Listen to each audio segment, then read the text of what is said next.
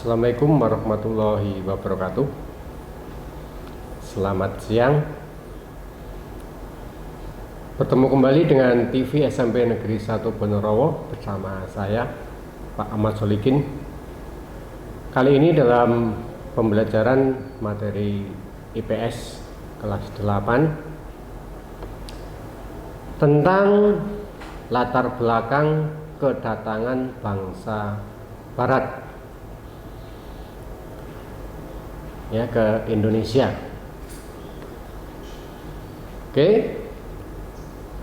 Sebelumnya marilah kita berdoa terlebih dahulu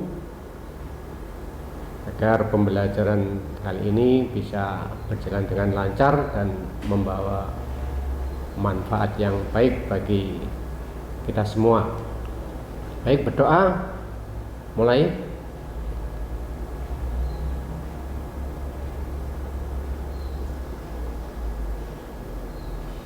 Selesai. Ya, oke, silakan kamu siapkan alat tulisnya. Mungkin ada beberapa hal yang bisa kamu tulis, hal-hal yang penting. Dan juga disiapkan buku paketnya. Dibuka halaman, kita cari dulu, buka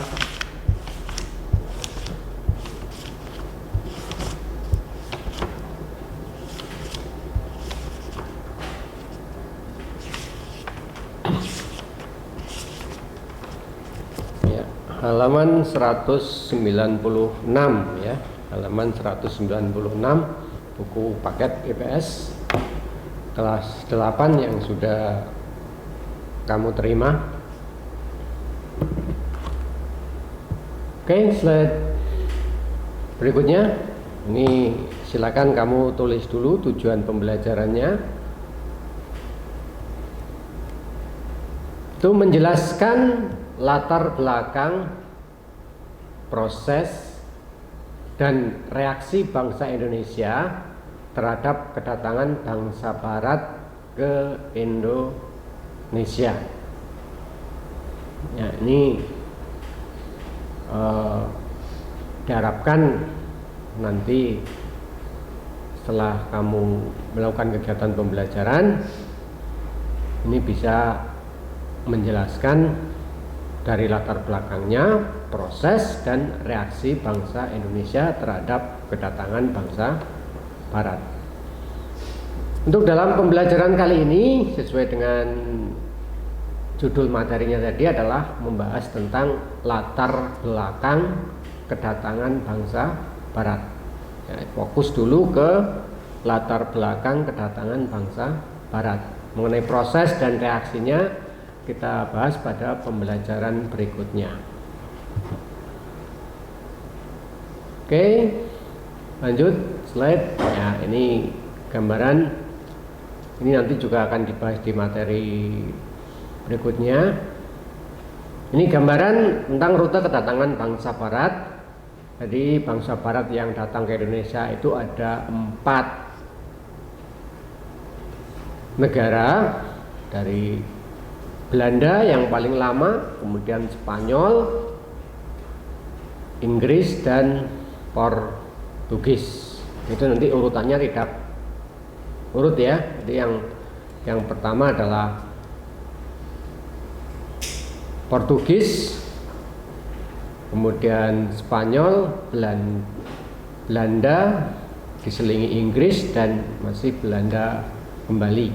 Jadi Belanda yang paling lama selain datang ke Indonesia juga menguasai bangsa Indonesia. Oke, sekarang slide berikutnya. Ya, ini mengenai latar belakang kedatangan bangsa Barat ke Indonesia. Yang pertama itu adalah daya tarik bangsa Indonesia. Jadi bangsa Indonesia itu punya daya tarik. Daya tariknya apa? Tentunya sesuai dengan gambarnya kamu bisa lihat di situ ada gambar rempah-rempah, merupakan kekayaan alam Indonesia yang sangat melimpah. Itu dibutuhkan oleh bangsa-bangsa barat. Jadi tanah Indonesia yang sangat subur itu menghasilkan hasil bumi yang begitu melimpah, dan ini merupakan daya tarik dari bangsa barat. Rempah-rempah itu gambarnya adalah contoh yang dari pojok kiri atas cengkeh ya, kemudian ada kemiri, kemudian merica dan pala. Ini yang terkenal dengan untuk bumbu masakan ya, bumbu masakan. Rempah-rempah ini digunakan untuk bumbu masakan, dan juga yang lainnya sebagai bahan pengawet makanan juga bisa, dan juga untuk obat-obatan.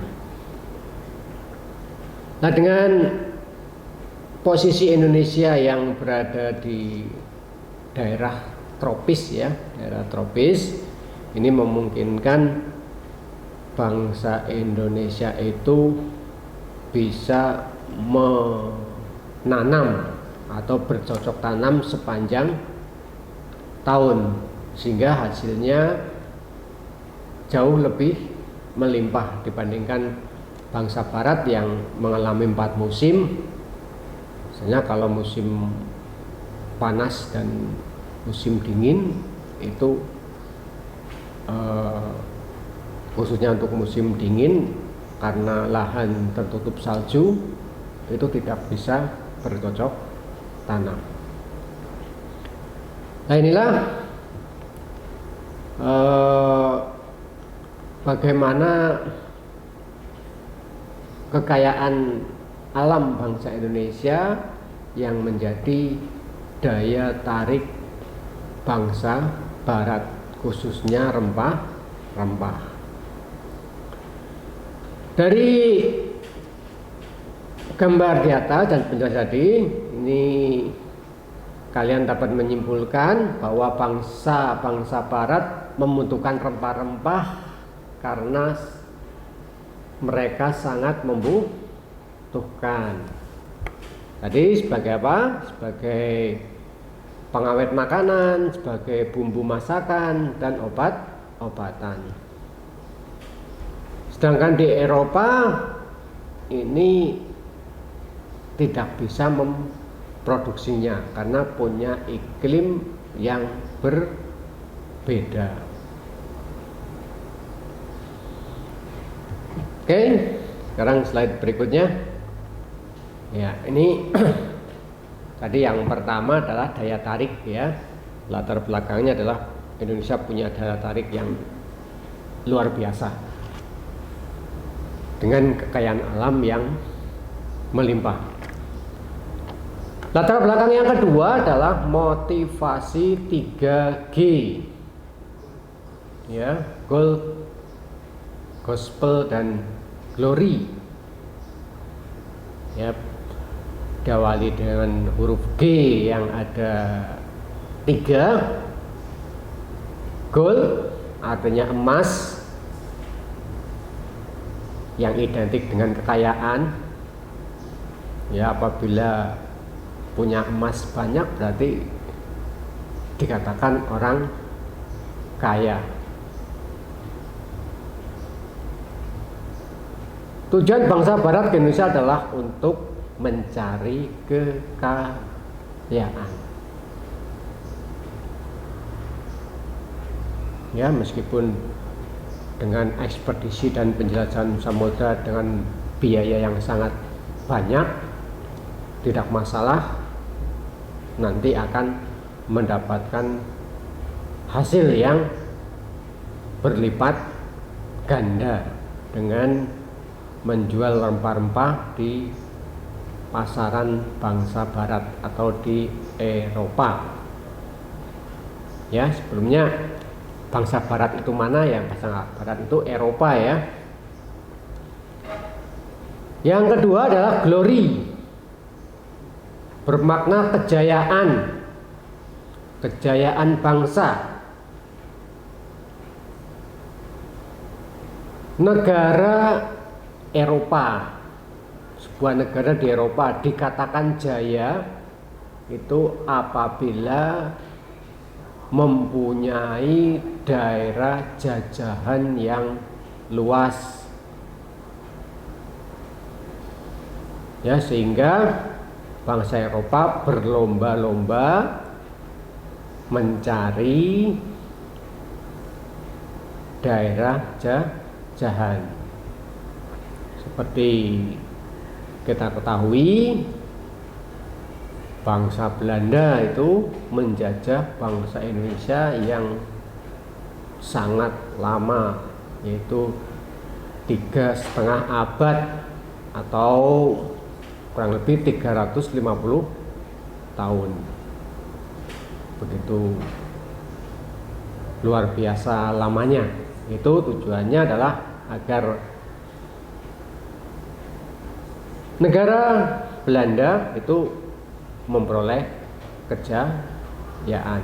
Itu salah satu motivasi 3G, yaitu glory, yang bermakna kejayaan bangsa. Yang ketiga, gospel, adalah keinginan bangsa barat untuk menyebarluaskan atau mengajarkan agama Nasrani, khususnya agama Kristen, ke bangsa-bangsa di luar Eropa, yaitu di Asia, Afrika, dan Amerika Selatan. Yaitu 3 motivasi, ya, goal, glory, dan gospel. Motivasi itu dorongan, ya, motivasi itu dorongan, sesuatu yang mendorong, itu motivasi. Kedatangan bangsa barat ke Indonesia.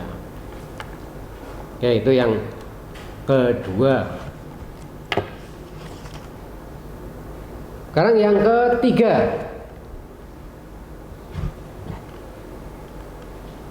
ya, revolusi industri. Yaitu Pak Guru sajikan gambar perahu mesin uap, itu gambar yang A, dan perahu layar, gambar yang B. Bagaimana perbedaan waktu tempuh kedua perahu tersebut dalam menempuh perjalanan? Ya, tentunya bisa kita jawab dengan mudah. Kalau perahu menggunakan mesin, itu akan lebih cepat dalam perjalanan, dalam menempuh perjalanan, dibandingkan dengan perahu layar, itu yang lebih lambat karena tergantung arah angin atau tergantung keadaan anginnya, kencang apa tidak, dan arah anginnya. Itu gambarannya. Dengan revolusi industri itu bisa ditemukan teknologi pembuatan kapal, ya, teknologi pembuatan kapal sudah menggunakan mesin. Oke, penjelasannya seperti ini. Ya, revolusi industri adalah pergantian atau perubahan secara menyeluruh dalam memproduksi barang, dari sebelumnya menggunakan tenaga manusia dan hewan menjadi tenaga mesin, ya. Jadi ditemukan mesin uap, ya. Jadi mesin itu bisa dimodifikasikan ke dalam berbagai macam alat. Salah satunya sebagai penggerak kapal tadi ya, juga sebagai penggerak yang lain untuk memproduksi barang, itu misalnya untuk tekstil, menenun kain ya, itu kalau pakai mesin cepat, produksinya banyak. Kalau pakai tenaga manusia atau tenaga hewan penggeraknya itu akan sangat lama. Penggunaan mesin dalam industri menjadikan produksi lebih efisien, artinya dengan ongkos yang lebih murah, waktunya cepat, serta barang dapat diproduksi dalam jumlah yang besar dan cepat. Berkembangnya revolusi industri menyebabkan bangsa barat ini memerlukan bahan baku yang lebih banyak. Ya, karena memproduksi banyak, tentunya bahan bakunya juga harus banyak. Kalau sudah memproduksi banyak, mereka juga butuh daerah pemasaran untuk menjual hasil-hasil produksi industrinya. Ini maksud daripada revolusi industri yang ini adalah pergantian dari tenaga manusia dan hewan menjadi tenaga mesin yang berdampak pada kebutuhan bahan baku yang banyak dan memerlukan daerah pemasaran, sehingga bangsa Eropa atau bangsa Barat itu mencari daerah baru, ya, daerah jajahan, ya, untuk mengambil bahan baku dan kemudian menjual hasil industrinya. Oke, slide berikutnya ini masih penjelasan tentang revolusi industri. Ini sangat terasa dalam kegiatan transportasi, ya, dengan ditemukannya mesin uap yang dijadikan sebagai mesin penggerak perahu.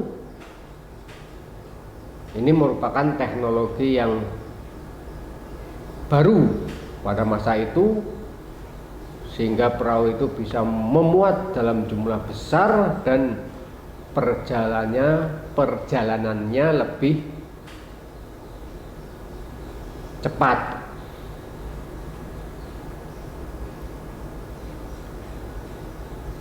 Sehingga hal ini yang mendorong terjadinya penjelajahan samudra, mencari daerah baru. Selain ditemukannya mesin, juga revolusi industri ini didukung oleh beberapa penemuan baru, penemuan ilmu pengetahuan dan teknologi seperti kompas. Ya, kompas ini alat petunjuk arah, ya. Apabila mau melakukan perjalanan, apalagi mengarungi samudra luas, ini kalau tidak pakai kompas, ini tidak mungkin bisa dilakukan karena tidak ada patokannya di tengah laut, kanan kiri laut semua. Kalau tidak pakai kompas, arahnya tidak akan sesuai keinginan, mau ke barat malah mungkin sebaliknya ke timur. Jadi ditemukannya kompas ini memungkinkan melakukan penjelajahan samudra atau berlayar mengarungi samudra.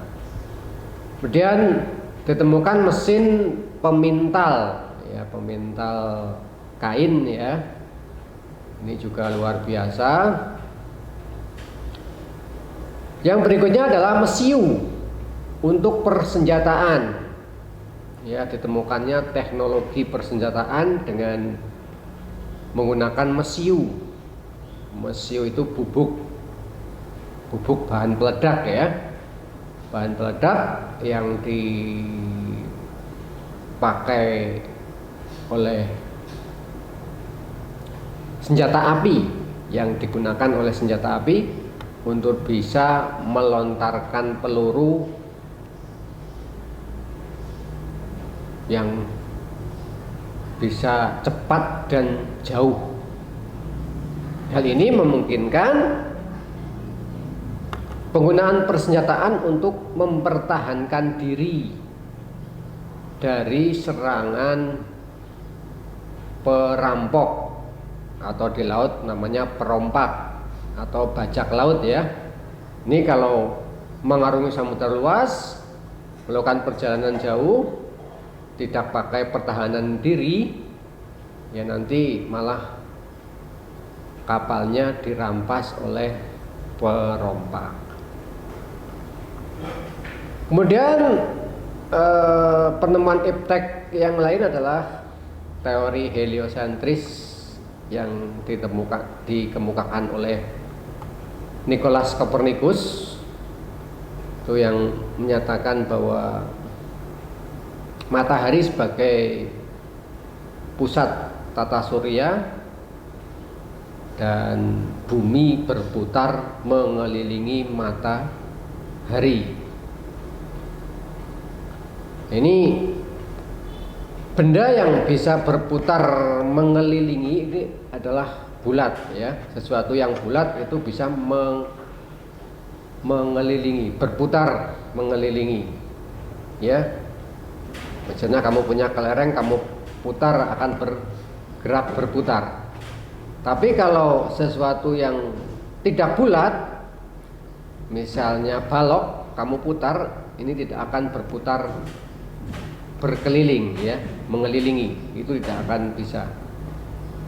Dengan anggapan itu bahwa bumi itu bulat, ini menghapus anggapan sebelumnya yang menyatakan bahwa bumi itu kotak. Ya, seperti gambaran kita kalau berdiri di tanah lapang, jadi ke depan lurus, ke belakang lurus, ke samping kiri lurus, ke samping kanan juga lurus, seakan-akan kotak. Namun kenyataannya tidak, bahwa bumi itu bulat. Berarti kalau bumi bulat, perjalanan satu arah nanti akan sampai ke tempat semula. Hal ini pernah menjadi ketakutan yang luar biasa. Bangsa barat ini tidak berani melakukan penjelajahan samudra. Ini karena kalau mengarungi samudra luas nanti akan terjerembab ke dalam jurang yang sangat dalam.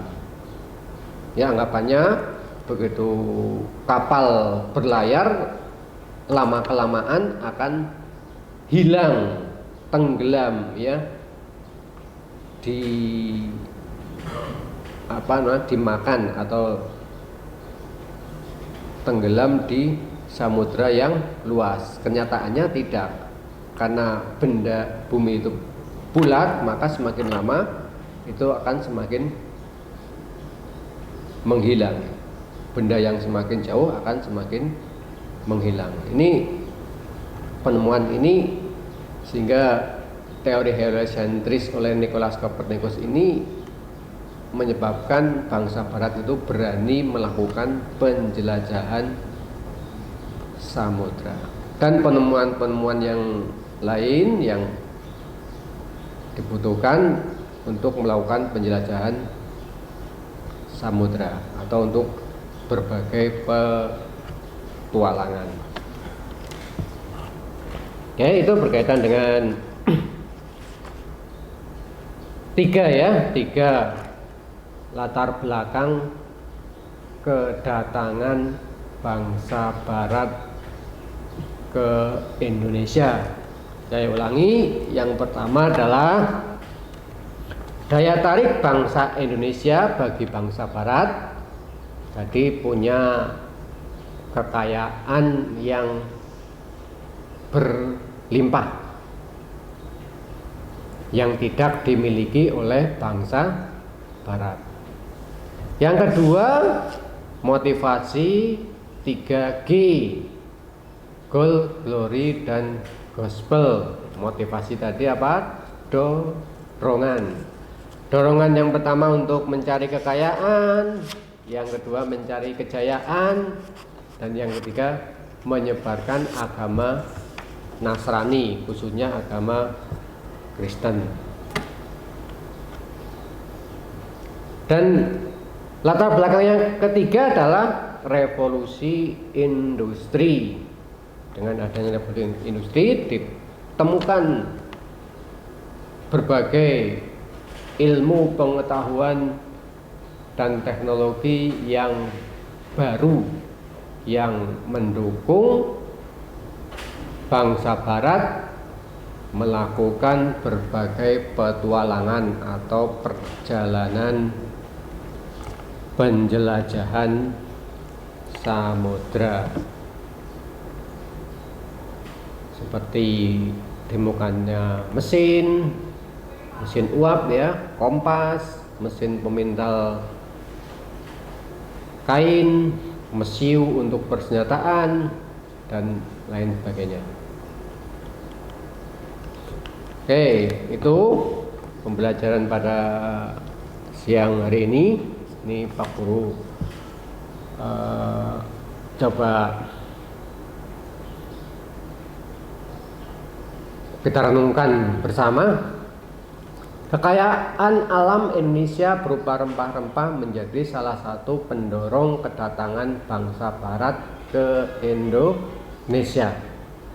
Mereka menjadi kaya raya karena memperdagangkan hasil bumi Indonesia dengan harga yang tinggi. Ya, sampai saat ini semua hasil bumi tersebut masih tumbuh subur di Indonesia. Nah, bangsa Indonesia harus selalu memperhatikan bidang tadi, pertanian dan perkebunan, sehingga tetap menjadi penghasil utama rempah-rempah dunia. Yang kalau hasilnya dijual itu bisa mensejahterakan bangsa Indonesia. Ya, jadi hasil bumi dari kegiatan pertanian dan perkebunan itu harus selalu dikembangkan, bahkan dimodifikasi dengan teknologi baru, sehingga hasilnya akan lebih maksimal yang bisa digunakan untuk mensejahterakan bangsa Indonesia. Dan yang terakhir, bangsa Indonesia itu harus senantiasa bersyukur karena dikaruniai Tuhan Yang Maha Esa hidup di daerah tropis yang subur, ya, dikaruniai kekayaan alam yang melimpah, iklimnya iklim tropis, iklim yang sangat baik, ya, yang sangat menguntungkan di bumi, karena selalu mendapat sinar matahari sepanjang tahun, bisa bercocok tanam juga sepanjang tahun dari iklimnya, kemudian tanahnya juga subur. Ya, kita patut bersyukur, ya, kepada Tuhan Yang Maha Pemurah, Yang Maha Esa, sehingga kita bisa hidup lebih sejahtera.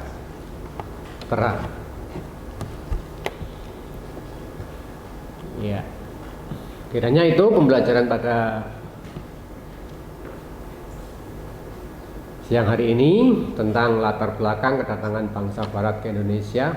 Untuk lebih memahami, kamu bisa pelajari kembali buku paket IPS kelas 8 edisi revisi tahun 2017, halaman 196 sampai halaman 200, ya.